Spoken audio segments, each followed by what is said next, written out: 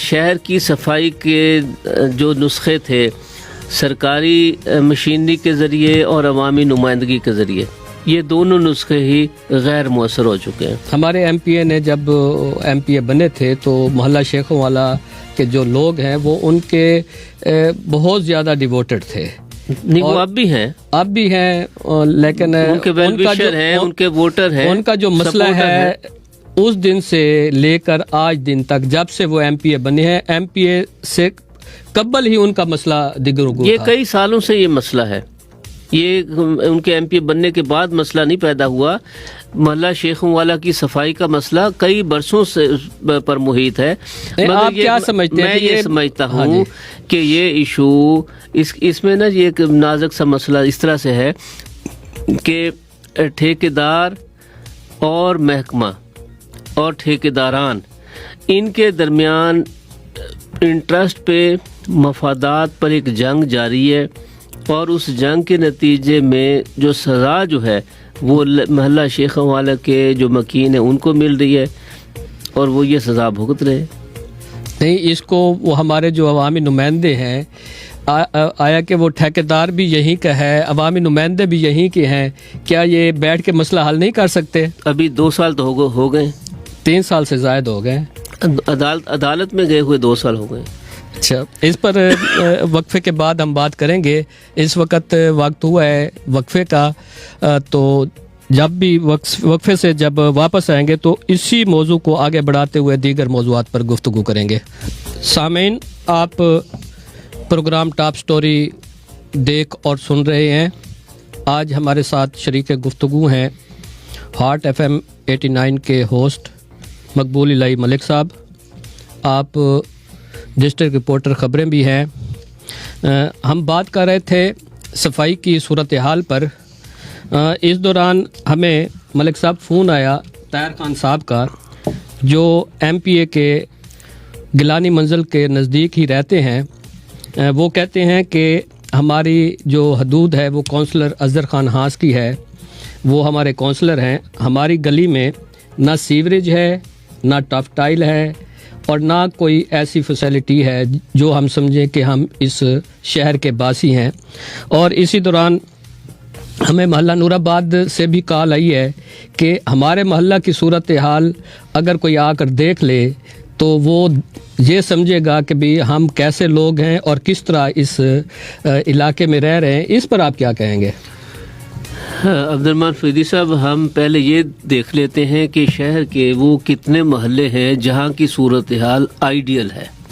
اگر یہ ہم فہرست بنا لیں نا جی، آئیڈیل تو ایک علاقہ ہے، دیکھیں نا جی، ایک اور جس طرح اپر پنجاب اور لوور پنجاب کا ہے نا، اسی طرح اپر لیا اور لوور لیا جو ہے اسے آپ دیکھ لیں۔ دیکھیں میری آج سنیں کہ ڈپٹی کمشنر کا گھر کے آگے والی جو سڑک ہے وہ آئیڈیل ہے، ٹھیک ہے نا جی، کہ شہر کا کون سا ایریا جہاں صحت صفائی کی صورتحال بہترین ہے، یہ اس کی شناخت کرنے کے بعد ہم اب وہ مارکنگ کریں گے کہ جی کون سا محلہ وہ ابتر صورتحال ہے، کوئی بدترین صورتحال ہے، کسی کی صورتحال بہت خراب ہے، خراب ترین ہے۔ بھائی نور آباد ہو یا گیلانی منزل ہو یا گیلانی منزل کے ساتھ کا علاقہ ہو، یہ پورے شہر کی حالت یہی ہے۔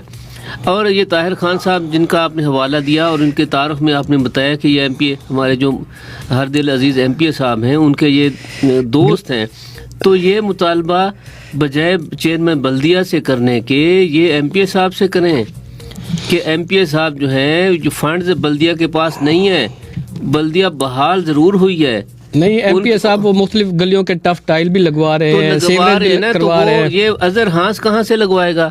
بھئی بلدیہ کے پاس تو تنخواہوں کے پیسے نہیں ہیں، تنخواہیں لینے کے لیے بلدیہ والوں کو، آپ کو یاد نہیں ہے کہ پنجاب بینک کے سامنے انہوں نے کچرے کا جو ٹرک ہے وہ ڈالا اور ان کو تنخواہ ملی ہے، تو وہ تو بلدیہ لیا صفائی کہاں سے کرائے؟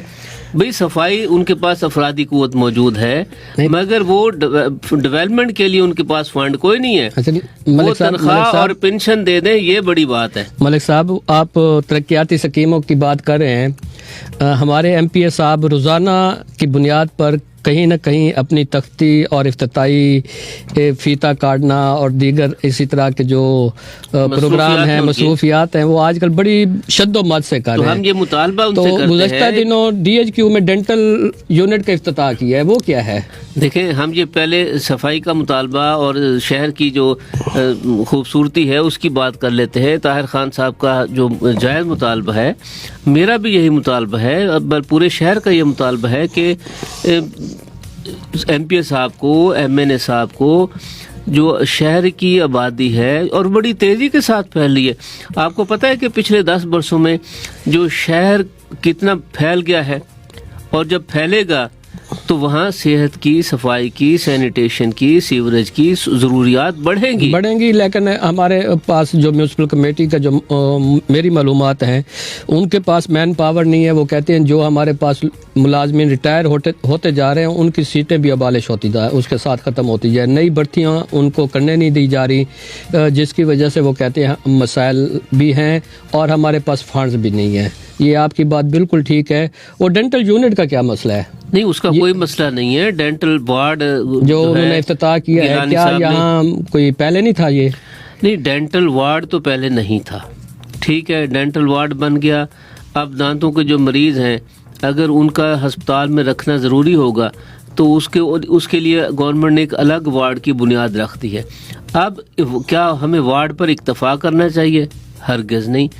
ہم گیلانی صاحب کے ذریعے اس پروگرام کے توسط حکومت پنجاب سے مطالبہ کرتے ہیں کہ یہاں دانتوں کے جملہ امراض کے وہ علاج جو ہمیں بھاری اخراجات کے بعد ملتان یا لاہور یا کسی اور بڑے شہر میں کرانے پڑتے تھے, وہ سہولت جو ہے لیا میں دی جائے, وہ دیجیے. ٹھیک ہے, یہ دیکھنا, یہ وارڈ بنانے سے مسئلہ حل نہیں ہوگا. ہاں, 4 دیواری بنانے سے مسئلہ, دیواریں بنانے سے, کمرے بنانے سے نہیں حل ہوگا.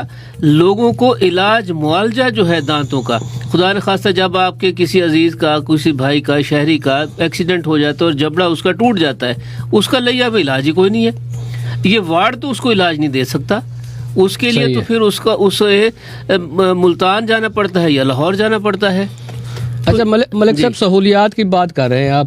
جی, ہمارے ڈسٹرکٹ ہیڈ کوارٹر ہاسپٹل سے ہمارا جو سابقہ جو گورنمنٹ تھی مسلم لیگ نون کی, انہوں نے ایک وارڈ بنایا تھا جب یہاں ایک سانیہ ہوا تھا, سانیہ مٹھائی اسے کہیں ہم, مٹھائی کھانے سے جو بہت زیادہ تعداد لوگوں کی جو ہے ان کی ڈیتھ ہوئی تھی. اس کے بعد آئی سی یو وارڈ بنایا گیا تھا یہاں لیا میں. جی, اس آئی سی یو وارڈ میں جو آئی سی یو کے بیڈز اور دیگر لوازمات یا دیگر ساز و سامان جو تھا, اب جس طرح پہلے تو ہم روتے تھے نا کہ تخت لاہور کا, اب وہ تخت توسا کوئی ہم پر حاوی ہو چکا ہے. تخت توسا سے کوئی احکامات آئے ہیں کہ آئی سی یو وارڈ کا سامان جو ہے وہ توسا ہاسپٹل میں منتقل کیا جائے. یہ کیا کہانی ہے؟ عبد الرحمن فریدی صاحب, یہ افسوسناک ایک رویہ ہے. وہ سب سے اس پہ میں عرض کرتا ہوں کہ ہمارے ہاں جو ہیلتھ فیسلٹیز ہیں یہ اس وقت فراہم کی جاتی ہیں جب کوئی بڑا سانحہ ہو جاتا ہے.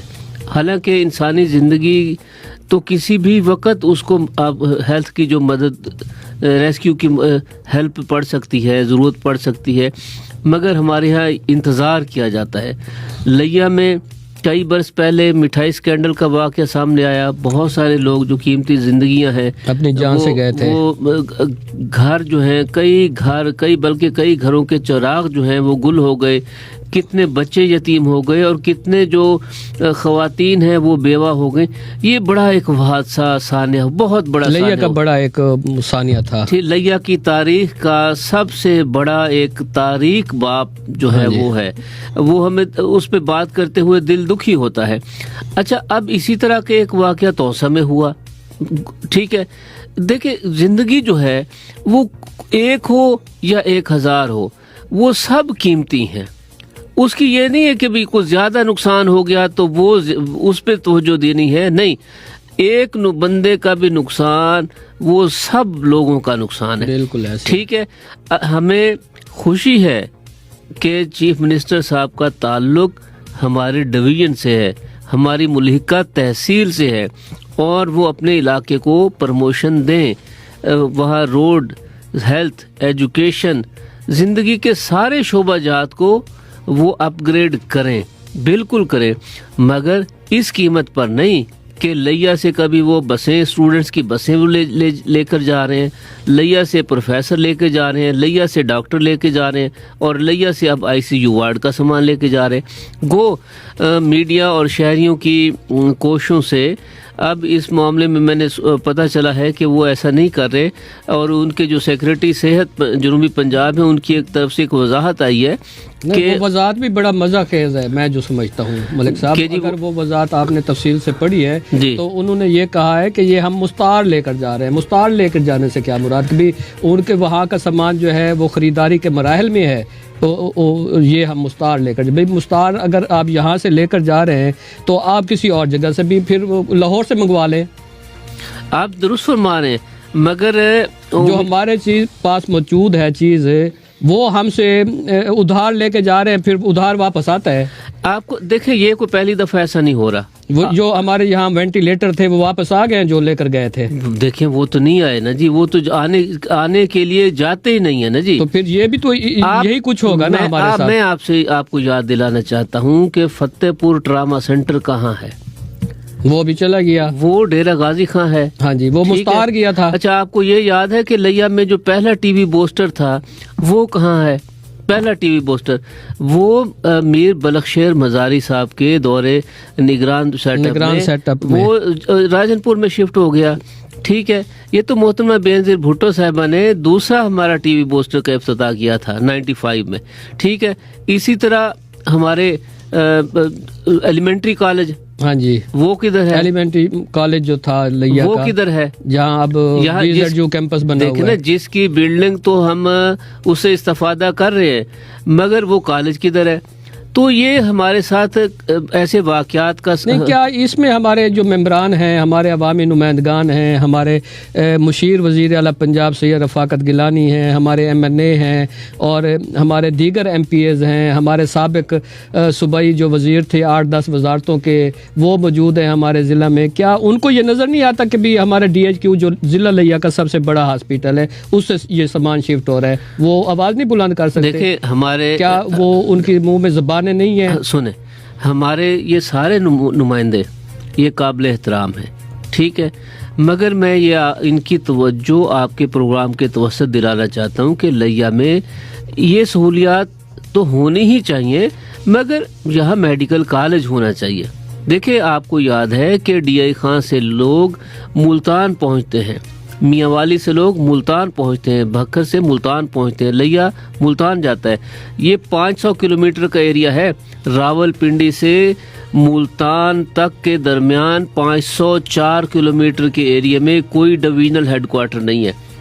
لیا کو اس کی تاریخی جو حیثیت ہے اس کو مد نظر رکھتے ہوئے لیا کو ڈویژنل ہیڈ کوارٹر ہونا چاہیے، لیا میں میڈیکل کالج بننا چاہیے۔ آپ یہ باتیں کر رہے ہیں، وہ اپنے سامان کو روکنے کے لیے بات نہیں کرتے، آپ ان سے مطالبہ کر رہے ہیں کہ وہ ہمارے لیے یہاں ڈویژنل ہیڈ کوارٹر بنوائیں اور میڈیکل کالج لیں، یہ کیسے ممکن ہے؟ ممکن ہے؟ اچھا، اگر آپ کس سے مطالبہ کریں گے؟ اگر آپ ان سے مطالبہ نہیں کریں گے تو کس سے کریں گے بتائیں؟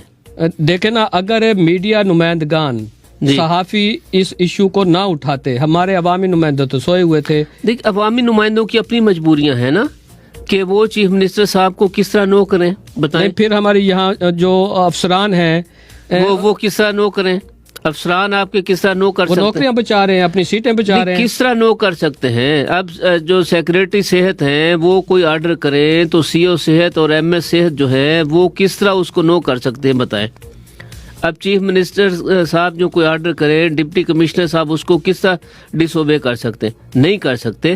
دیکھیں، یہ ایک جوائنٹ ایڈونچر ہے، پبلک کے نمائندے اور پبلک دونوں کو یک زبان ہونا پڑے گا، ایک پیج پہ آنا پڑے گا۔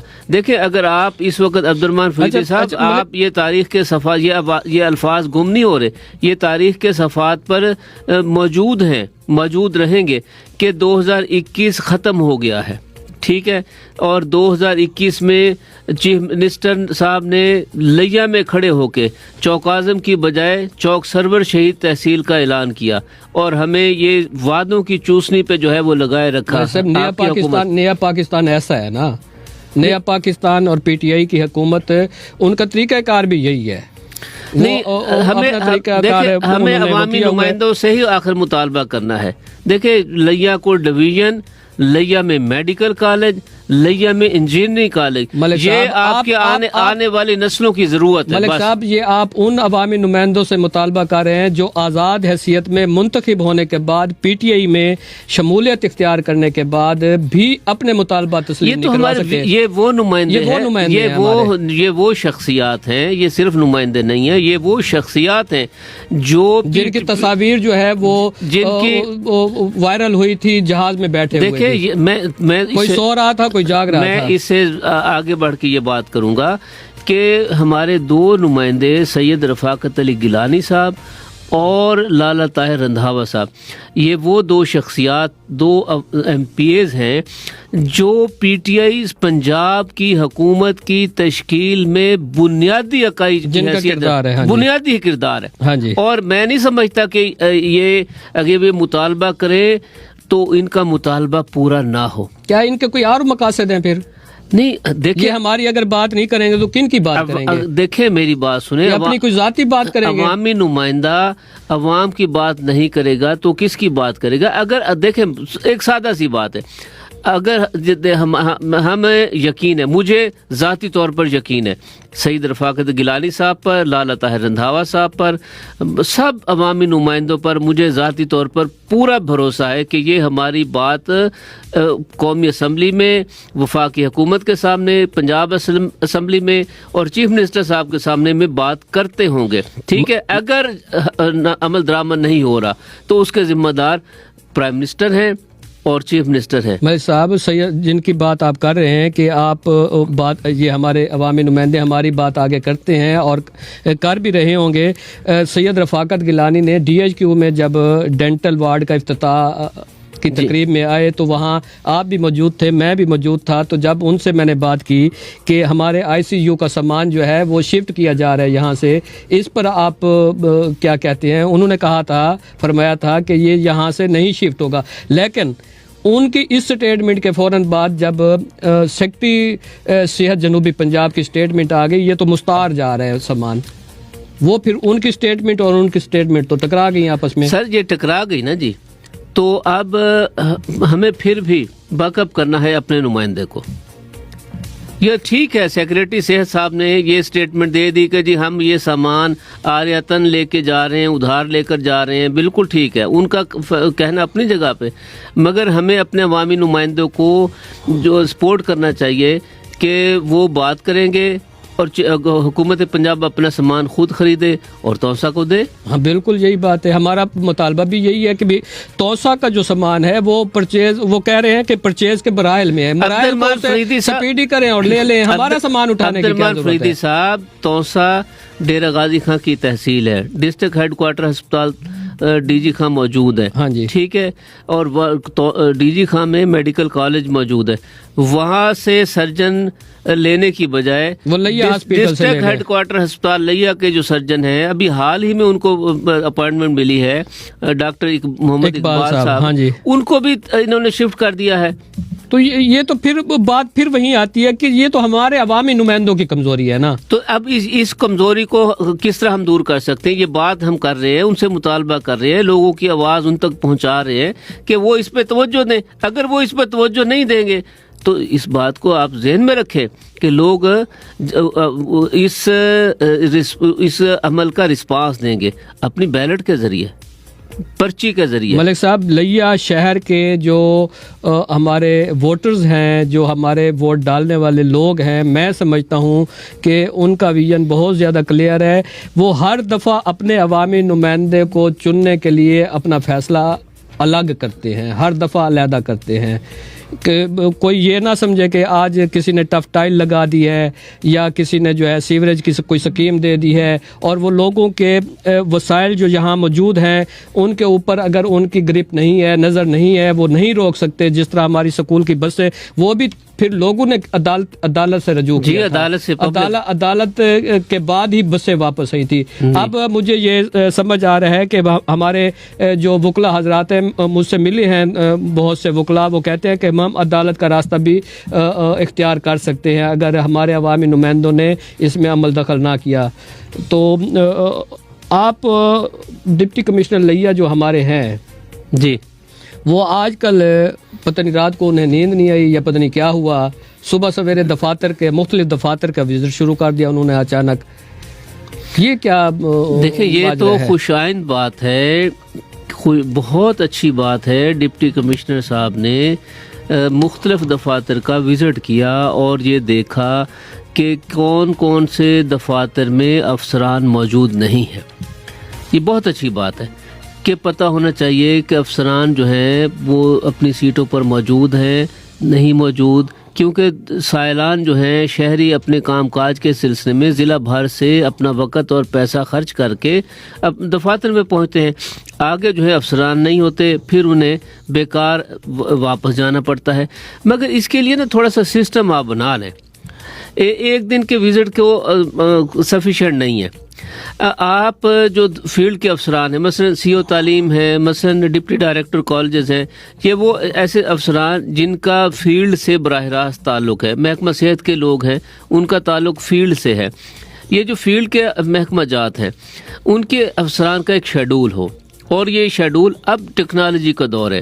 آپ کا شیڈول وہ اس پہ سوشل میڈیا کے ذریعے، پرنٹ میڈیا کے ذریعے، اخبارات کے ذریعے یہ لوگوں کے پاس ہونا چاہیے کہ یہ وزٹ جو ہے فلاں تاریخ کو ہمارے سی او تعلیم جو ہے فلاں جگہ پہ وزٹ کریں. نہیں کہ آپ یہ اس طرح ہوگا کہ جی فلاں وقت سے فلاں وقت تک افسران تعلیم وزٹ پہ ہوں گے، لوگوں کو پتہ ہو، تاکہ لوگ دفتر آتے ہوئے انہیں اندازہ ہو کہ جو وہ جس افسر کے پاس جانا چاہ رہے ہیں وہ تو 2 بجے تک دفتر میں نہیں ملے گا، تاکہ وہ گھر سے ہی 1 بجے نکلے، تاکہ ان کے جو 6 گھنٹے دفتر میں ان کے انتظار میں لگے ہیں اس سے وہ بچ جائیں. تو آپ سمجھتے ہیں ڈپٹی کمشنر کے جو اچانک معائنے کے جو سسٹم ہے یہ بہتر ہے؟ یہ بہتر ہے، مگر اس کو فروٹفل بنائیں نا، کہ آپ ایک شیڈول بنائیں کہ افسران کتنی دیر فیلڈ میں رہیں گے اور کتنی دیر دفتر میں بیٹھیں گے، ان کا وزٹ کس وقت شروع ہوگا، کس وقت وہ واپس آئیں گے.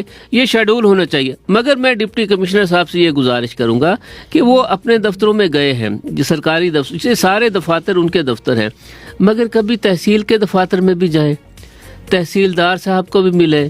ان کی جو وہ ہر ہفتے وہ کھلی کچہری لگاتے نہیں ہیں. دیکھیں، کھلی کچہری اگر مسائل کے حل کی کنجی رکھتی تو یہ مسائل حل ہو چکے ہوتے. ٹھیک ہے نا جی. ڈپٹی کمشنر صاحب کسی دن اچانک 2 بجے 1 بجے تحصیل میں جائیں، لیا میں جائیں، کروڑ میں جائیں، چوبارہ میں جائیں، کہ لوگ رجسٹریاں کرانے آتے ہیں، ان کے ساتھ تحصیلدار کا آفس، رجسٹری برانچ کا جو عملہ ہے وہ کیا سلوک کر رہا ہے. اگر وہ ایسا کرنے میں کامیاب ہو جاتے ہیں پھر تو ان کے وزٹ جو ہیں وہ مؤثر اور کارگر ہیں. ٹھیک ہے. بصورت دیگر اخبارات نے ان کے وزٹ کی خبریں چھاپ دیں اور انہوں نے وہ خبریں کی کٹنگ جو ہے وہ چیف منسٹر صاحب سیکریٹریٹ کو بھیج دی. اللہ خیر صلاح. ملک صاحب، یہاں ہم نے بات کرنی تھی آج کھاد کے بحران پر، کہ کھاد کا بحران تو سنگین صورتحال اختیار کر لیا، لیکن جہاں ہمارے وہ بڑے پریشان ہیں. ہاں جی، یہاں کھاد کا انتہائی مسئلہ ہے. لوگ اگر کھاد کا مسئلہ آپ نے حل نہ کیا، لوگوں کو کھاد نہ دی گئی تو گندم کی جو کاشت ہے وہ متاثر ہو جائے گی. یہ قومی نقصان ہوگا. عبد الرحمان فریدی صاحب، بالکل. یہاں ہمارے پروگرام کا جو ہے وہ وقت ختم ہوا چاہتا ہے. سامعین و ناظرین، آپ نے پروگرام ٹاپ سٹوری میں جو ہمارے آج جن مسائل پر، جن موضوعات پر ہم نے گفتگو کی ہے وہ آپ نے سنی ہوگی. آپ ہمارا یہ پروگرام لائک بھی کریں اور اس پروگرام کو شیئر بھی کریں تاکہ آپ کے جو مسائل ہیں زیادہ سے زیادہ لوگوں تک پہنچ سکیں اور آپ کی بات ہم تک پہنچ سکے.